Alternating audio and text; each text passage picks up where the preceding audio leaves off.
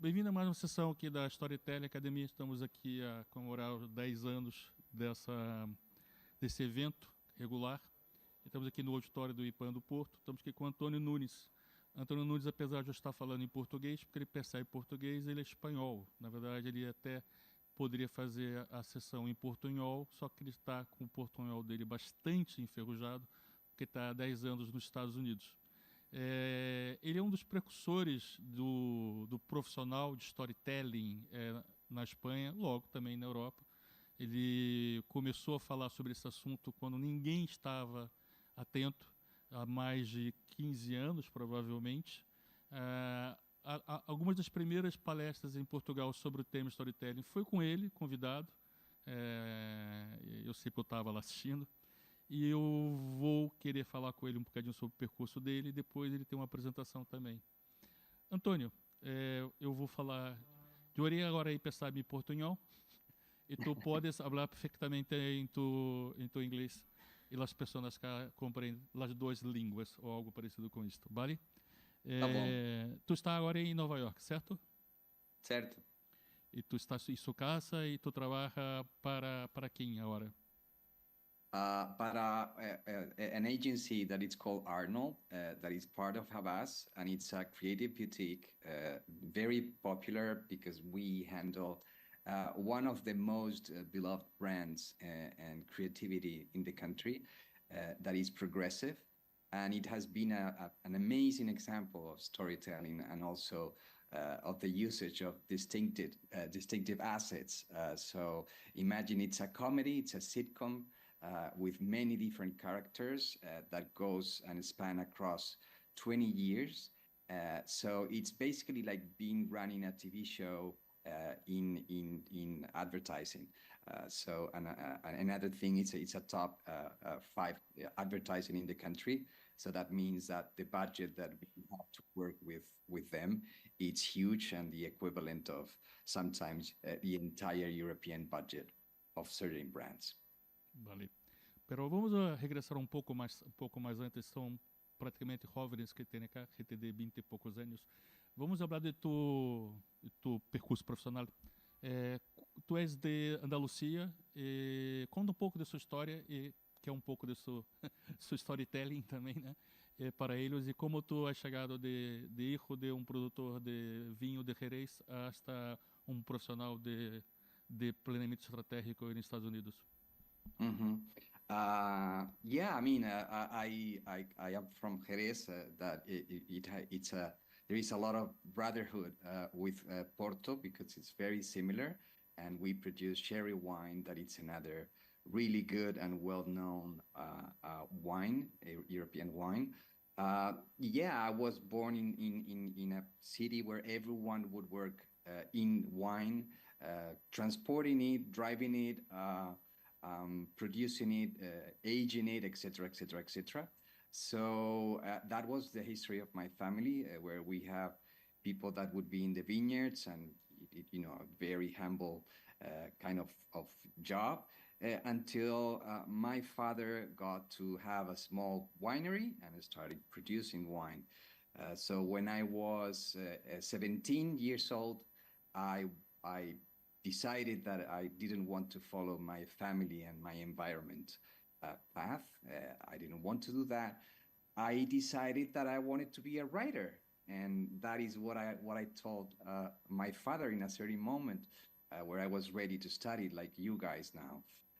So I sat with him. He said, "Oh, if you know how to, what you want to be in the future as an adult and make your living, it's time to celebrate." So he opened a bottle of brandy that we produce there in the city as well. And I pretended that I had never drunk brandy in my life, or I was an expert at that time. But what I did was telling him, "Look, Daddy, this is what I want to study," and of course his reaction was a bit protective, and he said, "Oh, perfectly well. You can study to become a writer or a poet if you want, Saturdays and Sundays. But meanwhile, from Monday to Friday, you will be studying business administration." And that is what I did with a lot of frustration, personal frustration, and and I always studied in parallel different ways to write poetry, fiction, nonfiction, things like that, being a student. And that's how I discovered the idea of storytelling and the concept of storytelling, because I saw parallels between what a company or an institution does and how those kind of storytellers tell their stories. And the part that I was more interested at, that is, how do you write for a sitcom? How do you write poetry? How do you write short fiction, or how do you write a novel? I started to see those parallels, and I thought there is many things that are the same kind of ideas working in different environments or maybe different channels, but the concept is the same. So that is how, as you said, I started to do that. And when I wrote my first book on storytelling, that was in 2007, it was very pioneer, and nobody was paying attention or interested in the notion. I had to explain even the meaning of the word, and I spent a few years, in the desert, promising people that that was an interesting thing to dig.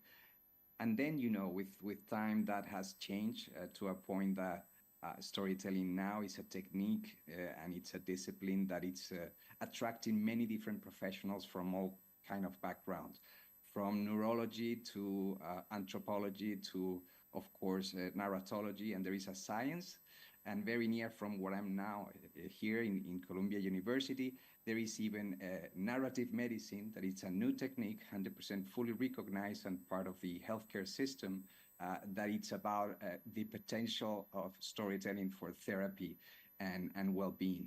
So many different fields, and plenty of opportunities for young people who want to jump into this discipline. Vale. Penso que é uma boa maneira de introduzir sua apresentação, que tu irá falar muito sobre isto. Tu podes partilhar? Sí. Sí. Vale. Okay, so thank you. So I'm going to try to explain to you guys today is I started, as I said, studying the disciplines that were closer to what I knew. So it was business administration, it was reputation management, it was PR, and those were the things that I knew by default, by trade. That is what I studied in the university. But in parallel, I was doing all those more creative, or let's say more closer to artistry and to art, that I did on my own in different institutions in Spain.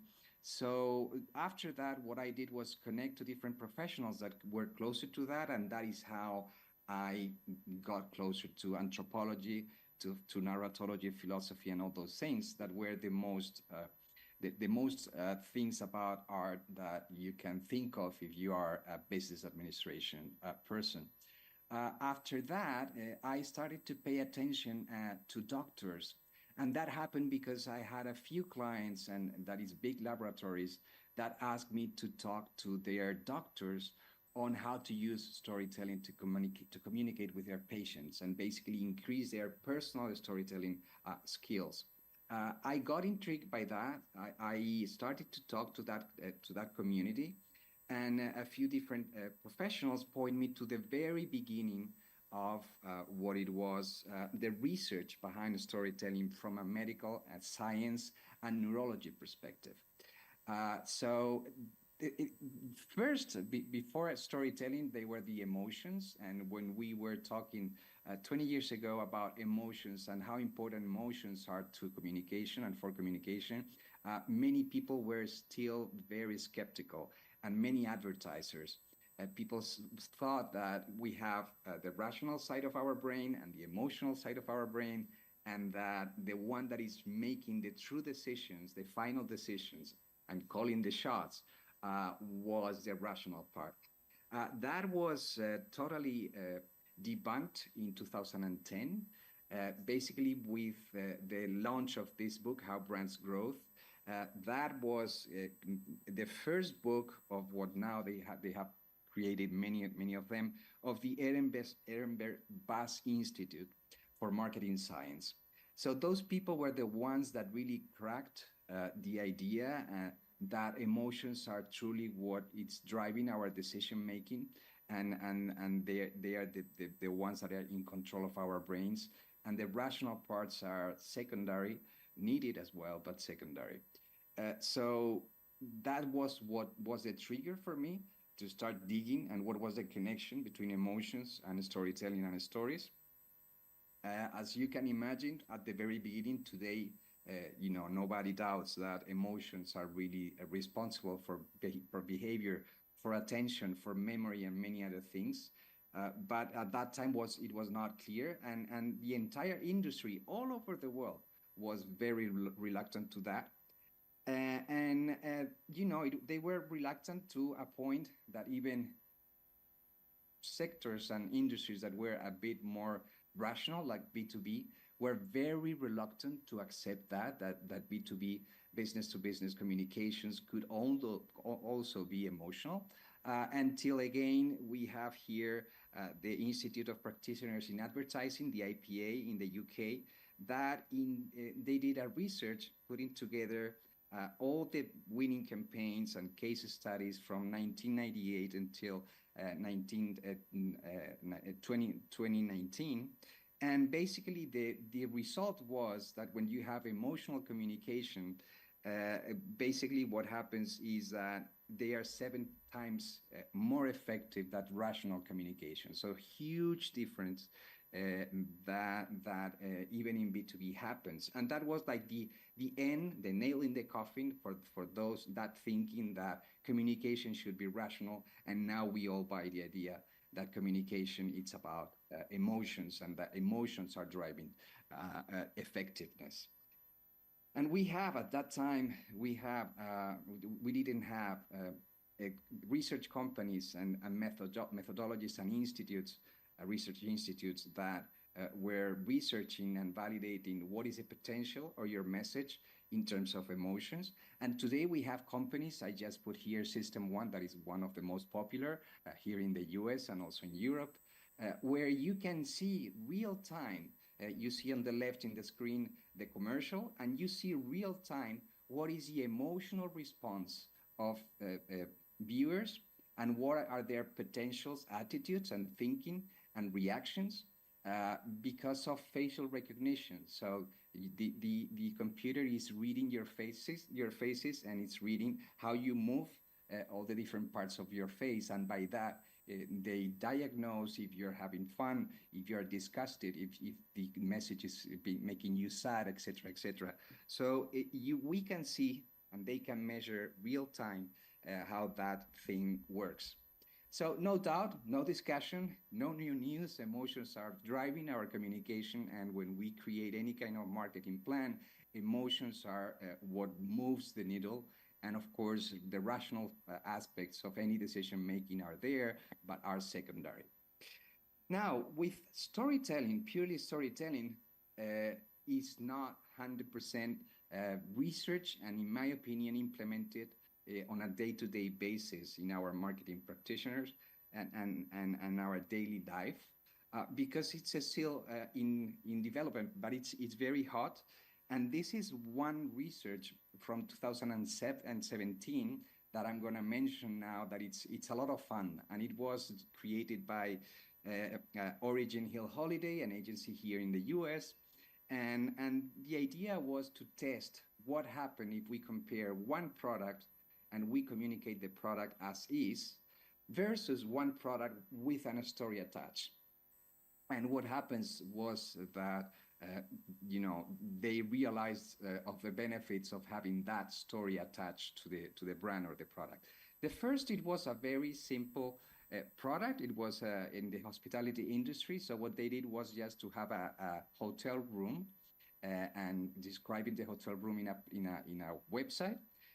So you would have the description, how many square foot, what double bed, single bed, etc., etc., and then compare that with the same room, with the same description, but this time attaching a little story, a personal story by someone that had stayed in that room. And when they compare the results between one post and the other, between one advertising and the other, this is the amount of money that people were willing to pay for the TV, for the hotel room without the story, and this is the amount of money that they were willing to pay with the personal story. So they learn, wow, suddenly for exactly the same thing, there is a 5% increase in price just because that product has a story attached.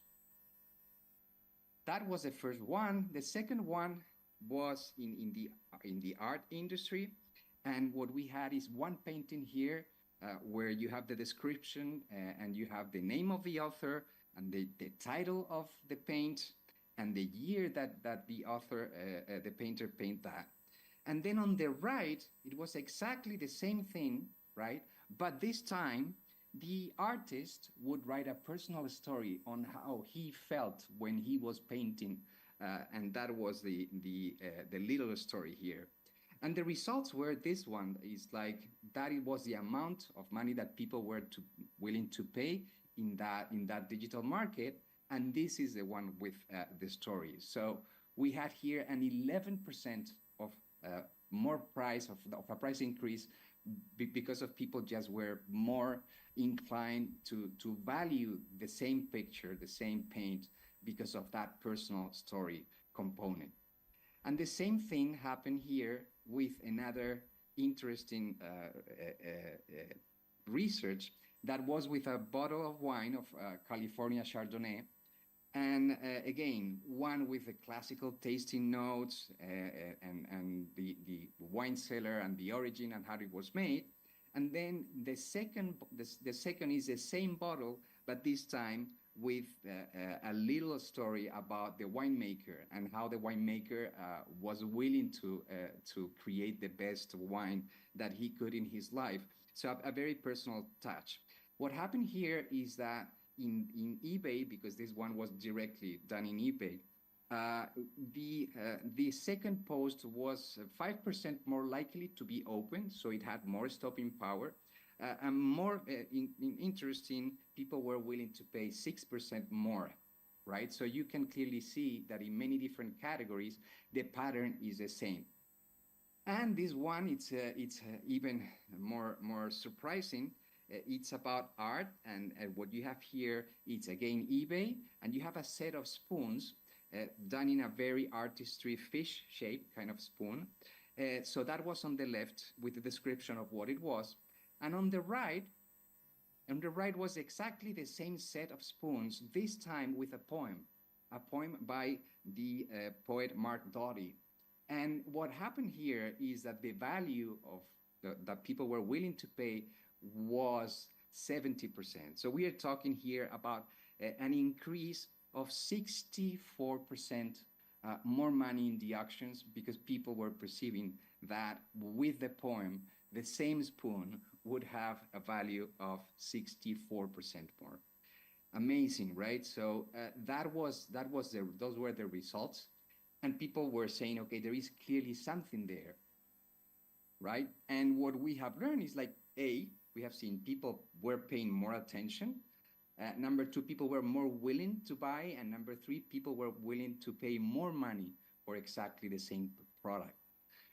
So again, communication institutes and research and people that are talking about and researching efficacy, we're starting to see and analyze data banks with advertising done through the years and what were the most effective creative strategies.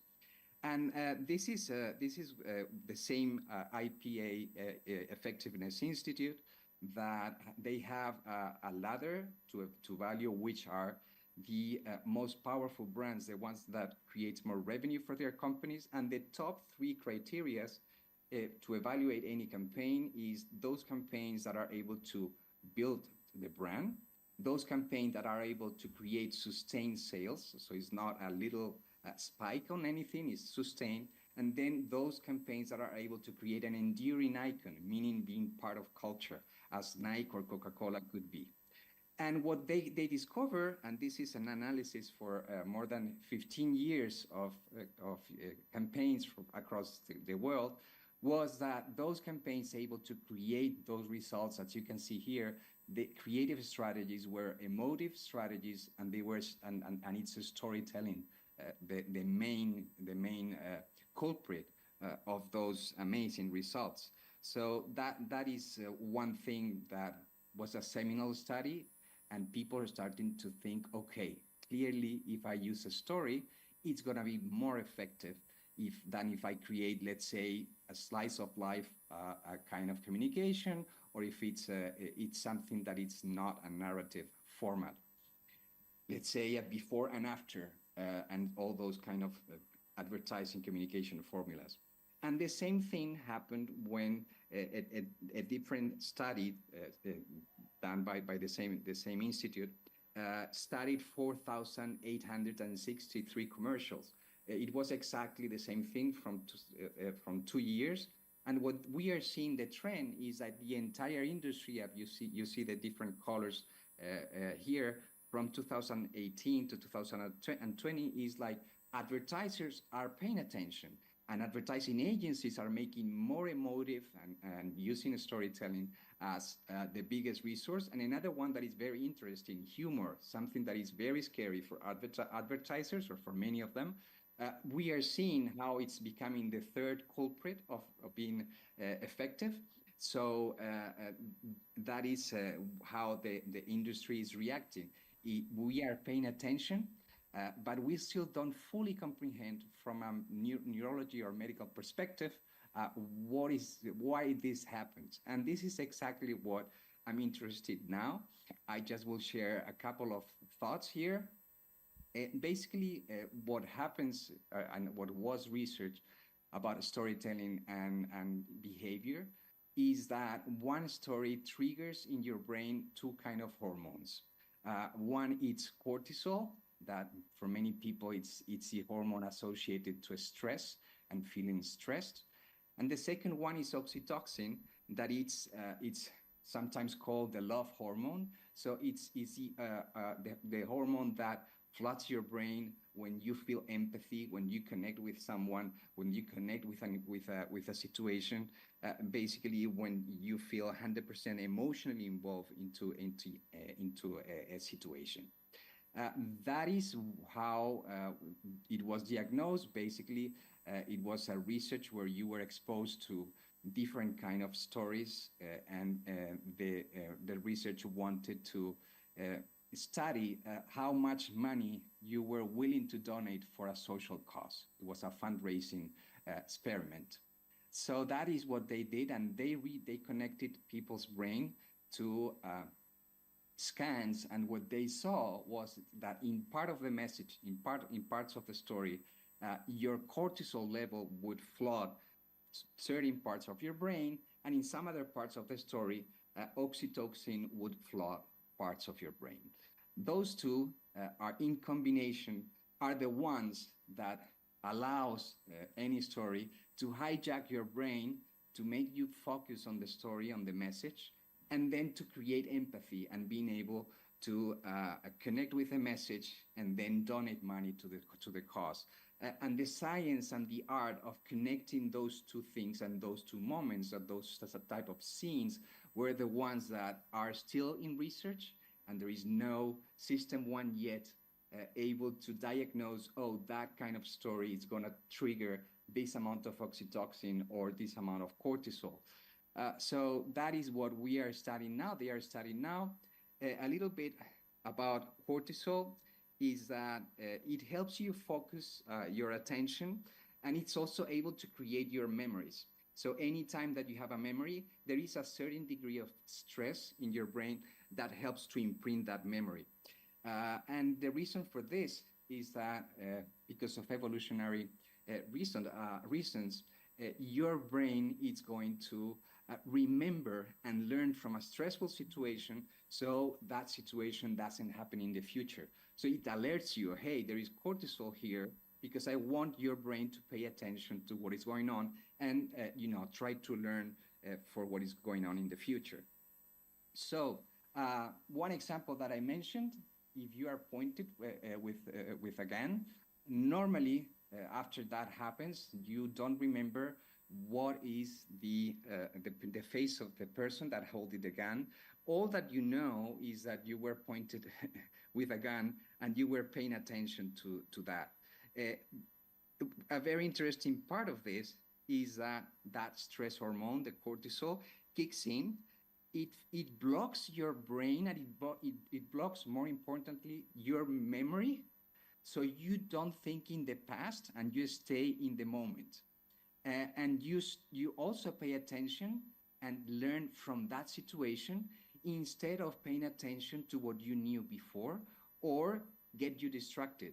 You get focused in exactly what is important, right? That because that your brain is flooded with this substance, with cortisol.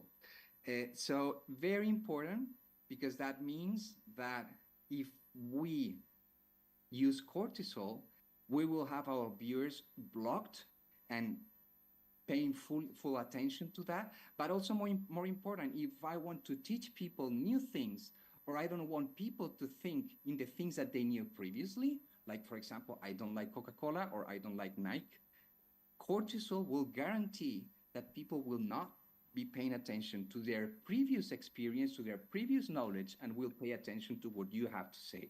So very important for anyone that it's in the business of changing behaviors and changing brand reputation or institution reputations. So 100% of focus with cortisol. And then another thing is that it creates the possibility in your brain to be creative and solve the situation. And then another thing that what I was mentioning before, the idea that you don't think in the past, you stay in the present and you learn the thing that the message is telling you. In this case, you have to survive. You don't think of how, what kind of pistol or gun it is, etc. You just pay attention to what is going on and you don't create or over intellectualize the situation. So that is cortisol. One interesting part is like when you have a cortisol overdose and you're exposed to cortisol for many years, and they have studied this here in the US with war veterans. Too much cortisol damages your hippocampus and impairs learning. So yes, they can deal with those people that need help because they cannot learn anymore. They lose the ability because that stress that damage the hippocampus. So on a more positive note, oxytocin, it's that love hormone, and it's the one that allows you to connect emotionally with others and the message. And that is what we see when someone is reacting to, let's say, a TV drama, TV show, or a telenovela, where people react immediately. Interestingly enough, people are more trustworthy. So the more oxytocin that you have in your brain, the more you trust that message and that messenger or that story. So important for trust, important, as I was saying, for empathy, and important for being charitable and giving money to the person or the message that it's putting that oxytocin in your brain. And another very important thing, an interesting thing, it also creates group bonding.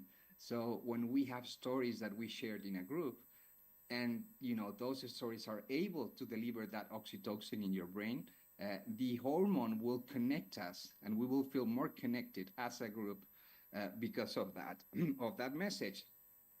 An interesting thing is that autism it's still in research, of course, and people think and research thinks that it's a damage in an oxytocin receptor, and it's a mutation gene that happens there, and that's why autism exists, and that lack of empathy. So basically, this is what I have learned for now about the chemistry and the brain and what a story and how a story works. Of course, I'm paying attention, as I was saying, I'm part of the Columbia University Narrative Medicine group, and I'm willing to learn even more on how our brains work and how stories are persuasive and can be used for the good of people and society. And that's my little presentation about that science behind the storytelling. Thank you. Ok, graças. Uma pergunta, Antônio. Tu já apresentaste essa apresentação para criativos? No, not really. No, the answer is no. I have done the presentation on emotions, but the idea of neurology and hormones for certain kind of professionals, sometimes it's too sophisticated or too, let's say, theoretical. The reaction of some people is saying, well, I don't care how that works in the brain. I just care that it works. And I'm fine with just measuring and knowing that if I tell a story, my message will be more persuasive than if just I put a collage of images, right? Without connection, without narrative.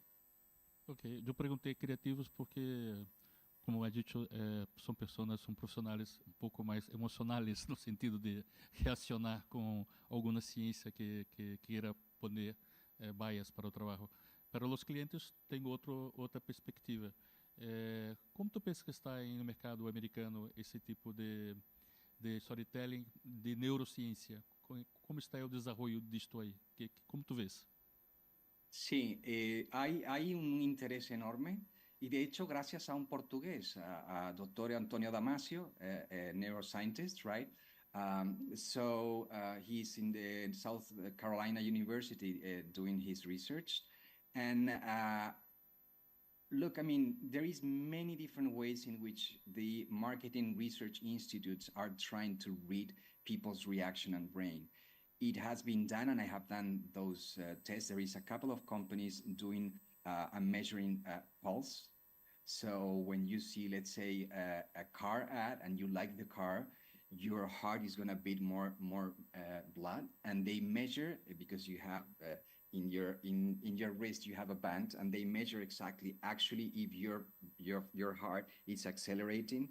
So that's one way. Then we have the example of System 1 that I mentioned that is basically all about face recognition. And then there is some other technologies that are about sweat and how you sweat, because that's another measure, what they call it biomarker of what is the reaction, the emotional reaction of this.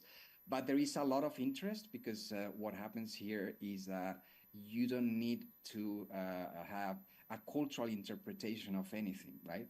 You can put someone from India, or you can put a terrorist from whatever country, or you can put someone that is thinking in becoming a terrorist or whatever from a different country that we don't get or people don't understand. And you know what is going to be the reaction of that person in the future or when exposed to that message. So it's an amazing way to pre-test any kind of communication message in any culture without the filter of culture, just measuring the animal and the animal reaction that that person is having without any kind of research institute or person interpreting why that person is feeling this or that. The system will give you exactly what that person is feeling, doing, and thinking. Ok. Alguém quer fazer alguma pergunta para o Antônio? Eu pergunto para ele.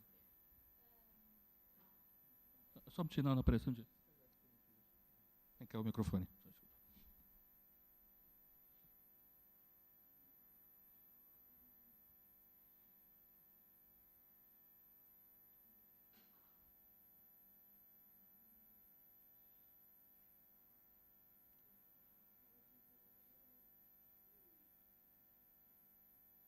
Problemas técnicos. Então já está.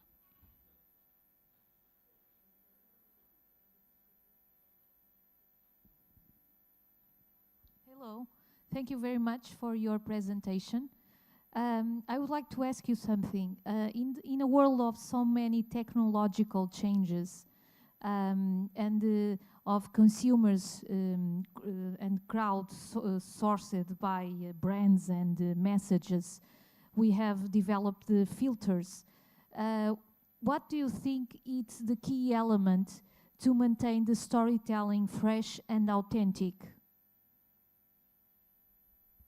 That's a really good question, and that is something that personally I don't want the science to discover any sort of formula, because the minute that we have a formula, we become formulaic, right? We become conservative, and people start to repeat exactly the same thing, and that is already a problem, especially here in the U.S. Uh, Research lands in what is the predictable and the expected solution or the expected story. And when you become very formulaic, you don't get results. People get bored exactly of the same thing. And that happens in many different industries. It happens in interior design, where you go to a coffee shop anywhere in the world and it looks exactly the same.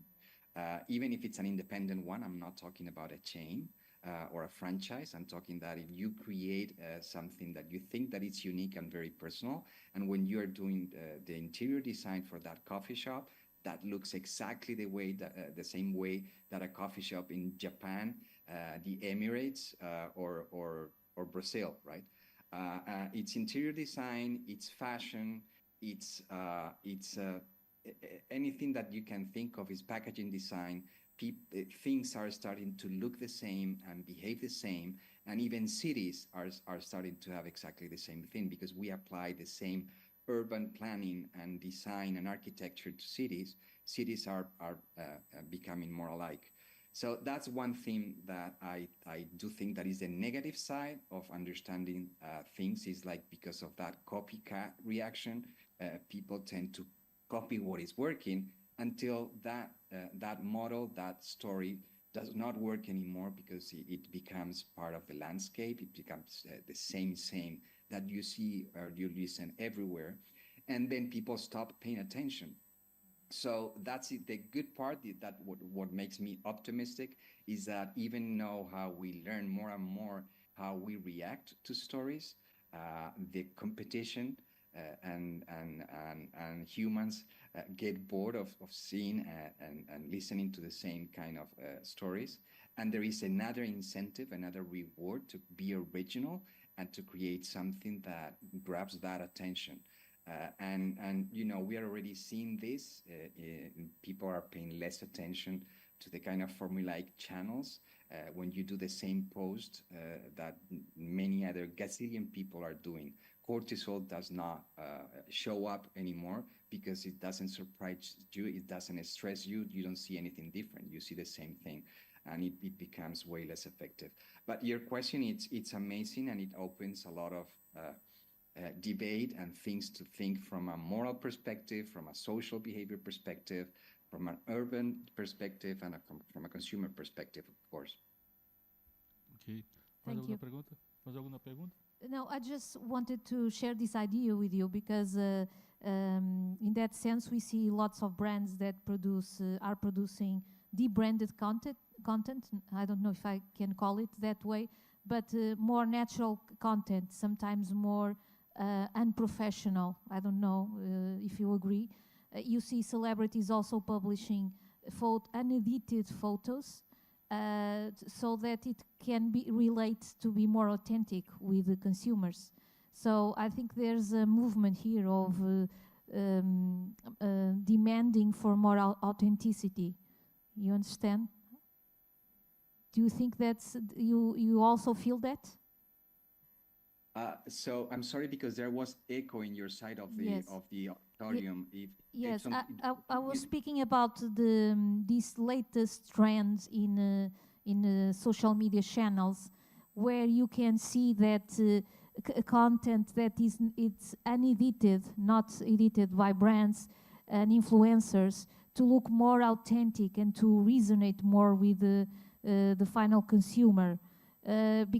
Probably because people are a bit tired of this excessive branding, and you see brands also following a minimalism solution, and you also are seeing that in content, right?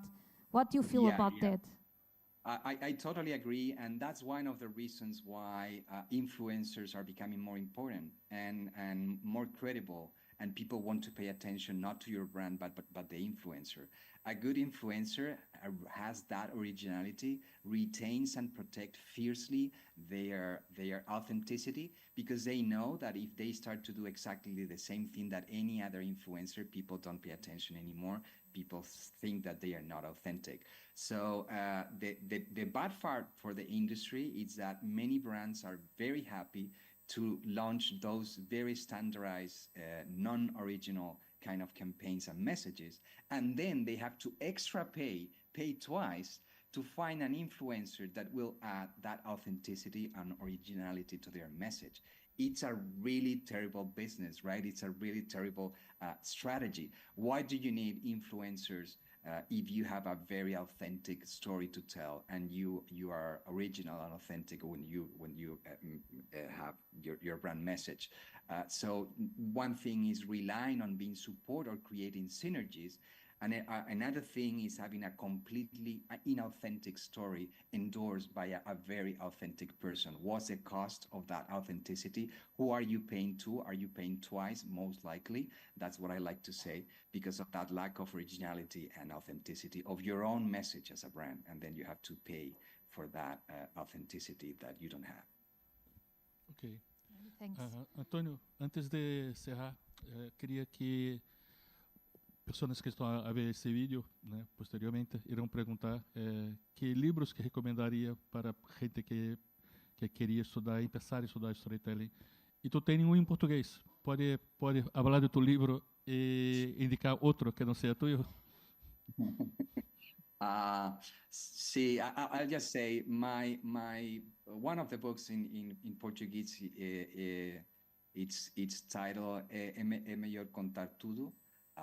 And I'm not sure if you can find it or not in Portugal, because it was published in Brazil. If not, maybe you can have a look at others. The most important thing is there is not a 100% focus multidisciplinary book. I would recommend to pay attention to Christian Salmon. It's a French author that had a very interesting humanistic approach to storytelling, being very critical with storytelling and all the negative sides of storytelling, and how it's being used as a manipulative strategy versus building a communal culture that everyone can belong to. So he's very critical. That's why Salmon, to me, it's a good author to pay attention to and see what he writes about. Then there are many others that are more practitioners. So that's why if it's an entry-level kind of point for an approach to storytelling, that's the author that I would recommend. And the title of the book is Storytelling. Ok. De qualquer maneira, o livro do Antônio chama-se É Melhor Contar Tudo. Quando colocar isso no YouTube, eu vou colocar o link embaixo para as pessoas poderem comprar. Obrigado, Antônio. Espero que esteja bem em Nova York e obrigado por ter cedido um pouco do seu tempo para nós aqui. Bom? Bom, obrigado a você. Para mim é um prazer compartilhar histórias e storytelling com portugueses em Porto, que é uma cidade muito perto do meu coração. Então, obrigado a você pela sua invitação.